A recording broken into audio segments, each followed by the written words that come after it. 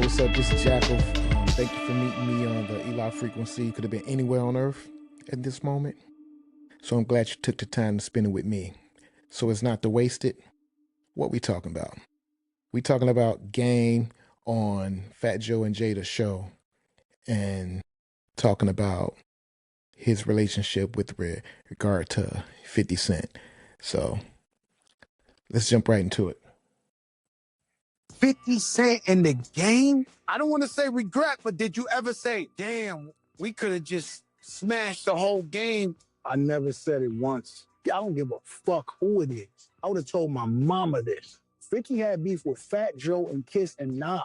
Kiss was my nigga. And if we're talking about crack, nigga, no way. I'm gonna look Kiss in the eye, bro. I sat there, 24 years old, bro, and I could not go against our friendship. I wasn't gonna do that, bro. I didn't give a fuck. I really appreciated you coming to grab me, taking me to YO, and giving me experience that I could never forget, bro. It happened before the other shit happened. And you know that I never knew that that was the real reason. We might got A lot of times I look at these interviews and I really like what the Game be having to say, but sometimes he be just overboard. Like if that was me in that situation, it just wouldn't have went like that.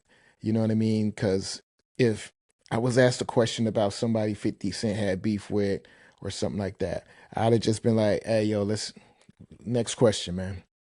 And if he would have continued to ask Funk Master Flex, if he would have continued to ask, hey, yo, no, but 50 got beef with so and so and so and so, yo, what's up? How you feeling? I'd have been like, hey, come on, man, next question, come on.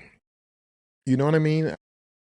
I could have called Jada if that was really my homeboy after and be like, just so you know, Funk Flex asked me some questions and shit. So I was just like, hey, let's keep it moving. You know what I'm saying? Because I ain't want to say nothing about you, about 50. I just want to give you a heads up that's coming, right? 50 Cent couldn't have been mad about it because I just told him to keep it moving, keep it pushing.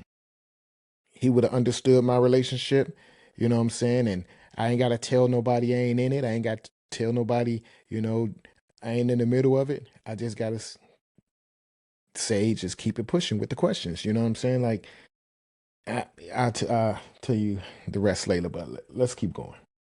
bigger bone to pick with Flex because he set me up with the question.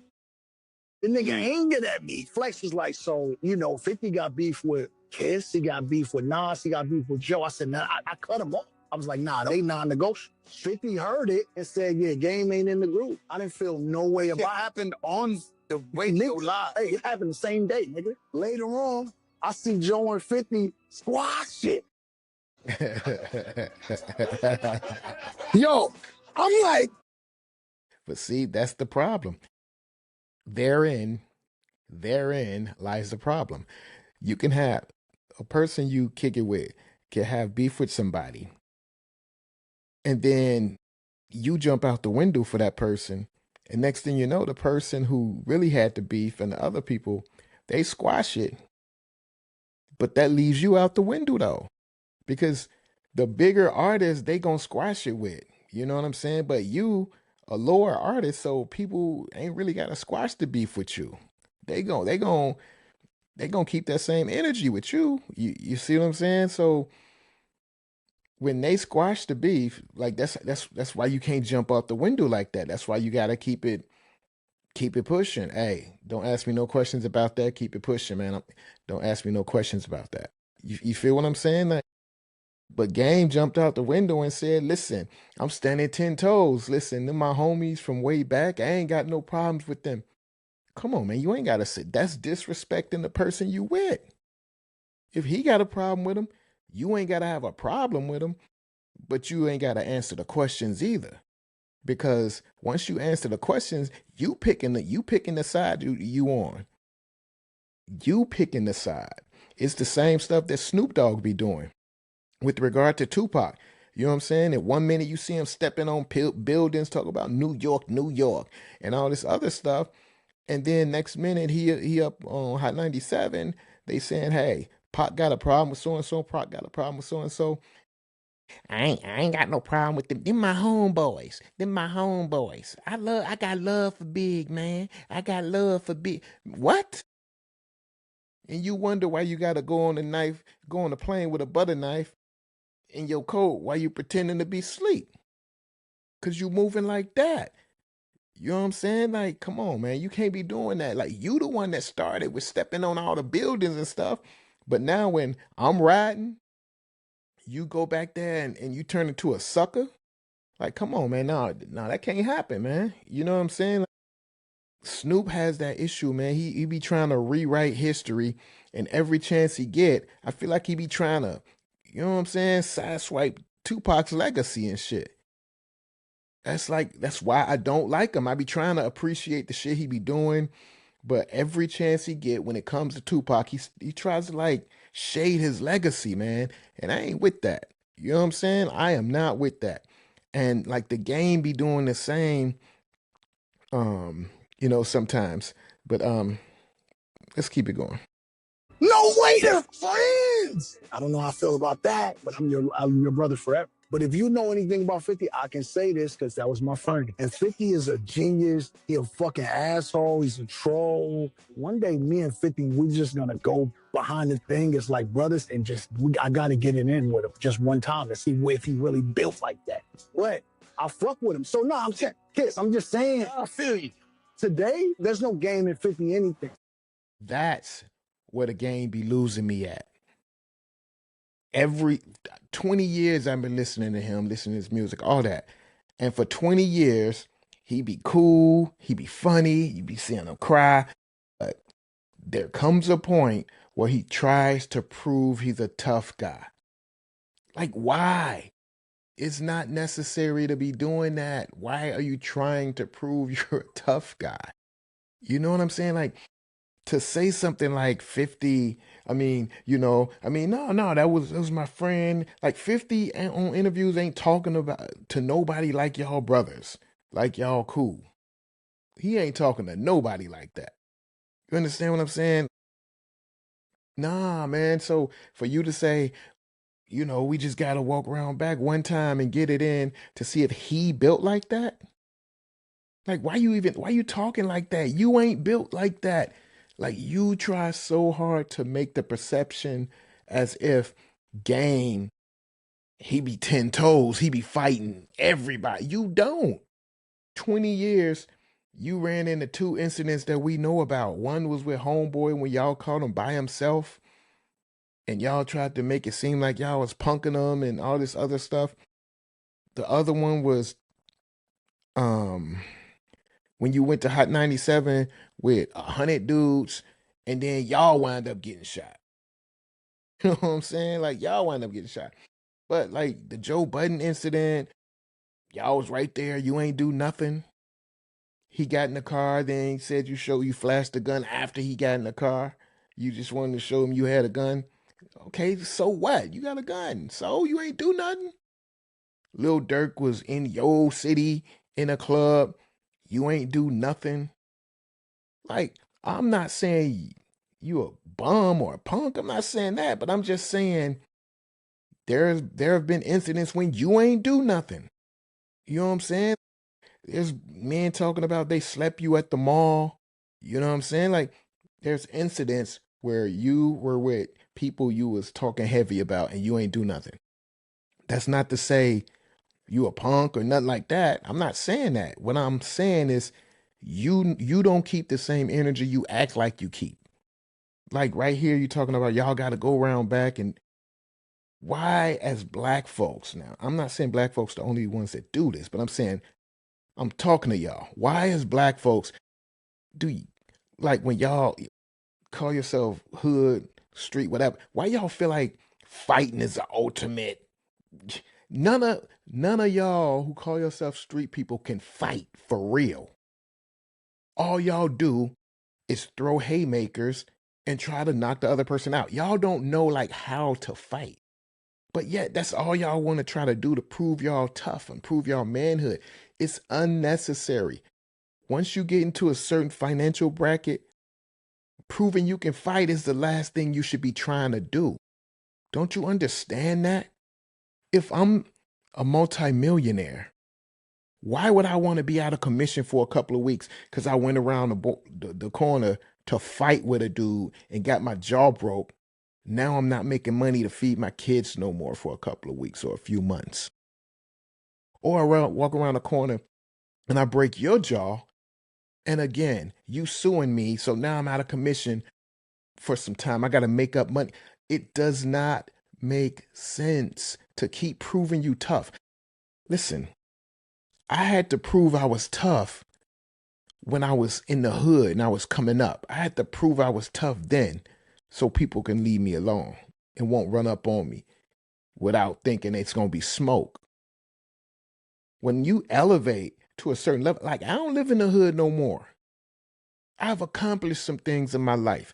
And you know what that told me? I don't have to do the same things I used to have to do to prove myself and to prove that I'm not the one to be fucked with. Let me clear this background. You see them accomplishments on my wall to remind myself every day of how far I've come, how far I've elevated, and how much of a different man I got to be today. I don't got to fight no more. I don't got to prove that I can throw my hands and beat other people to the punch because that doesn't do anything for me. In the game, just to say stuff like that, man, it's showing that you're not maturing, you're not elevating. Like when they say keep it hood or remember where you came from, all that, man, that's people who stuck in the hood and in the ghetto. That's what they say.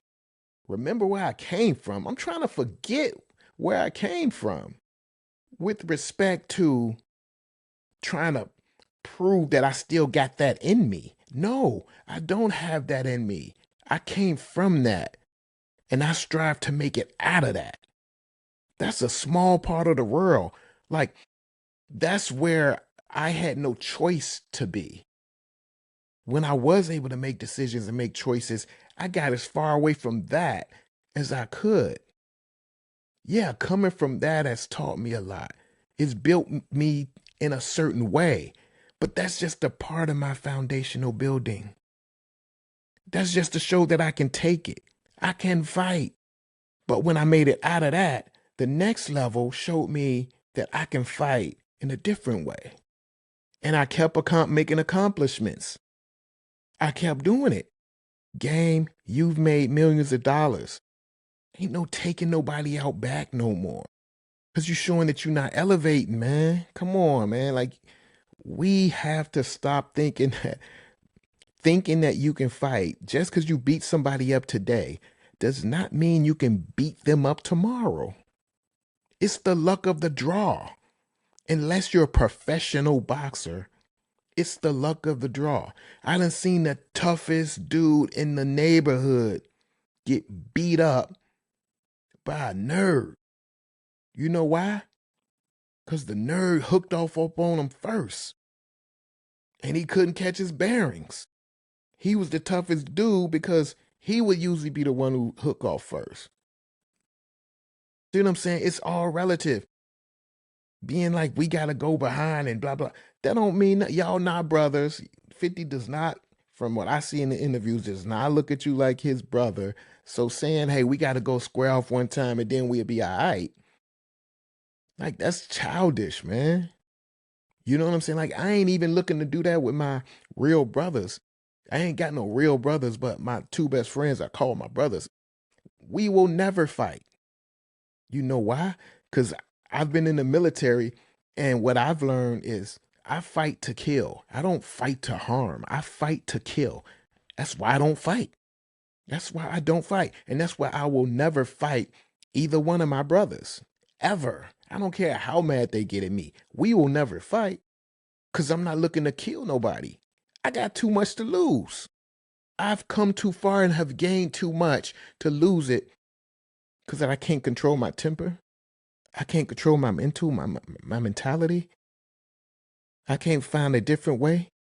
Nah, I pride myself on finding a different way to maneuver. You know why? Because when I was back there having to fight, I found a way to be successful in doing that. I just keep elevating. I just keep moving. You know what I'm saying? Step by step. Like I've I've mastered that part of my life. I was the smallest dude, but dudes wasn't running up on me after the first few dudes ran up on me because I was strategic. I wasn't a professional fighter, but I always thought about what I would do if so and so ever approached me. Because I was the smallest dude. I had to have a plan. I had to know what I was going to do before I had to do it. I always looked at the bullies and said, one day he's going to get to me. How am I going to react? How am I going to respond? What do I got to do? I got to take off first. I always I always had a plan. I always maneuvered like that strategically. And it always happened. And it always went like I thought it would go.